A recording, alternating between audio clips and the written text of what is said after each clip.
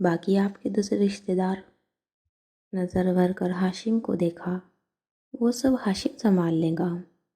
ہاشم نے اس بات میں سر کو خم دیا۔ اب اورنگزیب کاردار کلائی پہ بندھی گھڑی کو دیکھتے خاموش بیٹھے تھے۔ بہرحال ان کی مہربانی تھی کہ وہ چلے آئے، ورنہ مزاج کے تو وہ اسی طرح سخت اور غصہ ور مشہور تھی۔ ندرت نے سوچا۔ خاموشی کا وقفہ ذرا بڑھا تو ہاشم نے دوستانہ انداز میں کارپیٹ پہ کشن کے سہارے بیٹھے 18 سالہ سعدی کو مخاطب کیا۔ کیا پڑھ رہے ہو تم؟ یونیورسٹی آف لیڈس میں کیمیکل انجینئرنگ کے لیے اپلائی کیا ہے، مگر ابھی اسکالرشپ کا حتمی فیصلہ نہیں آیا۔ تو کتنی امید ہے کہ انجینئر بن جاؤ گے؟ سعدی ذرا جھیپ کر ہنسا۔ میں کچھ کہہ نہیں سکتا۔ پھر بھی گھر میں ایک بچہ ایسا ہوتا ہے جس کے بارے میں ماں باپ کو بچپن سے یہ امید ہوتی ہے کہ وہ سب سنبھال سکتا ہے۔ مسکرا کر باپ کو دیکھا اور ندرت کی طرف متوجہ ہوا۔ وہ جو ضرور کسی قابل بن جائے گا، تو آپ کے بچوں میں سے ایسا کون ہے؟ پھر سعدی کو دیکھا۔ کیا وہ تم ہو؟ ہم تینوں میں سے بھی ایک کا سب کو پتہ ہے کہ اس نے انجینئر ضرور بننا ہے، باقیوں کا کوئی پتہ نہیں، اور وہ ایک میں نہیں ہوں بالکل بھی۔ ہاشم نے شاید اس جواب کی توقع نہیں کی تھی، تبھی تعجب سے ایبرو سوالیہ اٹھائی۔ تو کمپیوٹر چیئر گھمی، ماتھے پہ کٹے بالوں والی لڑکی سامنے ہوئی اور ہاشم کو دیکھتے ہوئے سنجیدگی سے بولی، وہ میں ہوں، حنین ذوالفقار یوسف خان عرف حنا عرف کٹ بیگم۔ سعدی اتنا آہستہ بڑبڑایا کہ اپنے سوا کسی کو آواز نہیں آئی۔ گڈ۔ ہاشم نے مسکرا کر اسے دیکھا۔ وہ بے نیازی سے واپس گھوم گئی۔ حنین تو انجینئر بن ہی جائیں گی، یہ سارا خالہ کی طرح پڑھائی میں بہت اچھی ہے۔ کیا فارس کی کوئی اور بہن بھی ہے؟ اورنگزیب کاردار نے چونک کر فارس کو دیکھا۔ وہ موبائل سے نظریں ہٹائے بغیر ہاتھ مسلسل چلاتے ہوئے بولا، نہیں، وہ وارث کی بیوی ہے۔ اصل میں سارا میری فرسٹ کزن بھی ہے، تو بچے بچپن سے خالہ بولتے ہیں۔ بعد میں اس کی شادی میرے بھائی سے ہو گئی تو ان کی ممانی بھی بن گئی۔ ندرت نے تفصیل سے بتایا، مگر سعدی کو اس نامکمل تعارف پہ بے چینی ہوئی۔ وہ UK گئی ہوئی ہے PhD کرنے، اور وہ پرائسس ڈیزائن میں PhD کرنے والی پہلی خاتون ہے۔ ہاشم نے مسکرا کر سر ہلایا۔ اورنگزیب پھر سے گھڑی کو دیکھنے لگے۔ سعدی کو لگا کوئی متاثر نہیں ہوا۔ اس نے ہاشم سے پوچھا، آپ نے کہاں سے پڑھا ہے؟ اسٹینفورڈ سے، ملائر ہوں۔ سعدی کے لب او میں سکڑے۔ تو آپ وکیل ہے؟ میری پھوپھو بھی وکیل ہے۔ انہوں نے کہاں سے پڑھا ہے؟ وہ اسی نرم مسکراہٹ کے ساتھ پوچھ رہا تھا۔ یہی پاکستان سے۔ سعدی کے لہجے میں فخر تھا۔ ندرت چائے کے لیے اٹھی تو اورنگزیب منع کرنے لگے۔ ان کو جانے کی عجلت تھی، ان کا وقت بے حد قیمتی تھا، مگر ندرت بضد اصرار چلی ہی گئی۔ تم میرے ساتھ روف کی طرف آؤ گے؟ انہوں نے ہاشم کو مخاطب کیا۔ جی، مگر میں وہاں سے جلدی اٹھ جاؤں گا۔ شیری نے کوئی نئی مووی لی تھی، ہمارا ساتھ دیکھنے کا پروگرام تھا۔ اورنگزیب صاحب نے ہوں میں سر کو خم دیا۔ ایک دفعہ پھر گھڑی دیکھی۔ اس سے پہلے کہ وہ فارس سے کہتے کہ اپنی بہن کو فضول کی خاطرداری سے منع کرے، کمپیوٹر چیئر کے پہیے گھومے، حنین سامنے ہوئی۔ کون سی مووی دیکھنے جا رہے ہیں آپ؟ ہاشم نے بے اختیار اسے دیکھا۔ ایک نئی امریکی مووی آئی ہے۔ آپ نام بتائے، میں نے دیکھ رکھی ہوں گی۔ یہ وہ متذبذب ہوا۔ ابھی کچھ عرصہ پہلے ریلیز ہوئی ہے، بورن الٹیمیٹم۔ اوہ، بورن سیریز؟ حنین نے منہ بنایا۔ اس کا صرف پہلا پارٹ اچھا تھا، مگر یہ والا پارٹ کافی ڈریگ کیا گیا ہے، بورن آئیڈینٹی والی بات نہیں ہے اس میں۔ ہاشم نے مسکراتے ہوئے تیکھی نظروں سے اسے دیکھا۔ کیا تمہیں یقین ہے کہ تم بورن سیریز کے ناولز کی بات نہیں کر رہی؟ آپ یہ کہنا چاہ رہے ہیں کہ میں ناول پڑھ کر ظاہر کر رہی ہوں کہ میں نے مووی بھی دیکھ رکھی ہے؟ شاید آپ کو معلوم نہیں ہے کہ یہ سیریز ان ناولز پہ صرف لوزلی بیسڈ ہے، اور جب آپ یہ نیا پارٹ دیکھیں اور اکثر جگہوں پہ کیمرہ بری طرح ہلتا ہوا محسوس ہو اور لگے جیسے کیمرہ مین کو ناشا لاحق ہے، تو جان لیجئے گا کہ آپ سے پہلے یہ فلم دیکھنے والی حنین یوسف سچ کہہ رہی تھی، اور میں اس فلم کو مزید ڈسکس کرتی، لیکن مجھے اس طرح کی فلمیں زیادہ پسند نہیں، سو بات ختم۔ ہاشم نے صرف مسکرا کر سر ہلایا، مگر اورنگزیب کاردار آنکھیں سکیڑ کر اس کو دیکھنے لگے تھے۔ تو تمہیں کس طرح کی فلمیں پسند ہے؟ وہ ابھی بھی پرتکلف اور سرد آواز میں پوچھ رہے تھے، مگر توجہ پوری اس کی طرف تھی۔ سعدی نے گہری سانس لے کر سر جھٹکا، جیسے کٹوں کو سننے کی تاب اس میں نہیں تھی۔ حنین نے لاپرواہی سے شانے اچکائے۔ فلم کا اچھا ہونے کے لیے کسی خاص طرح کا ہونا ضروری نہیں ہوتا۔ پلاٹ اور کرداروں کو اچھا ہونا چاہیے، اور کسی بھی کہانی کے اچھا ہونے کا مطلب حقیقت سے قریب ہونا نہیں، کنونسنگ ہونا ہے۔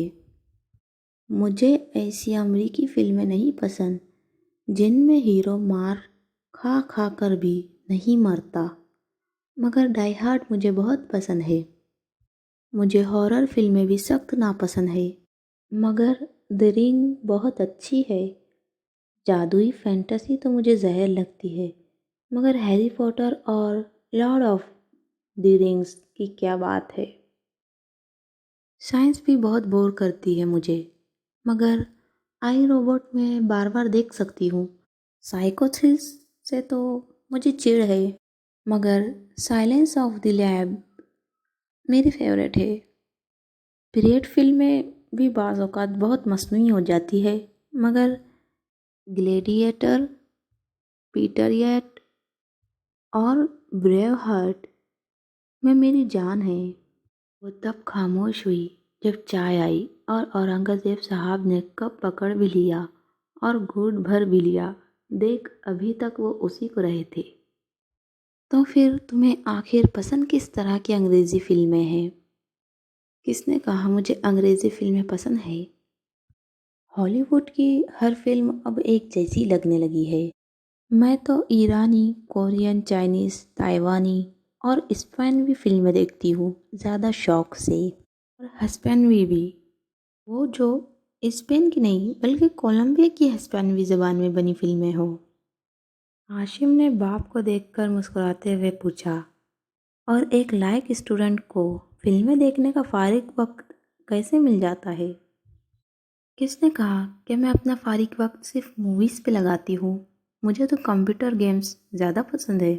میں نے اب تک کال آف ڈیوٹی میں پتہ ہے کتنے۔ حنین، اگر تم ابھی کے ابھی خاموش ہو کر ہمیں شکریہ کا موقع دو تو میں وعدہ کرتا ہوں کل تمہارے لیے 6 عدد سیخ کباب لاؤں گا۔ سعدی نے بس ہاتھ نہیں جوڑی، لہجہ ورنہ ایسا ہی تھا۔ حنین نے سنجیدگی سے ذرا مڑ کر اسے دیکھا۔ 6 نہیں 12، اور ساتھ میں مایونیز والی سوس بھی، اور واپس گھوم گئی۔ ہاں ہاں ٹھیک ہے، سعدی نے جھلا کر گویا جان چھڑائی۔ اورنگزیب صاحب آدھی چائے پی چکے تھے۔ باکس آفس ختم ہوا تو باقی چائے کی امید بھی دم توڑ گئی۔ وہ اٹھ گئے۔ فنکشن میں آنا اور اس بچی کو بھی ساتھ لانا۔ دروازے تک جاتے انہوں نے ندرت سے بس اتنا کہا۔ سعدی اور وہ انہیں چھوڑنے باہر تک آئے۔ فارس وہیں بیٹھا تھا۔ جب تک تمہارا اسکالرشپ فائنل نہیں ہوتا تم میرے گھر آ جایا کرو۔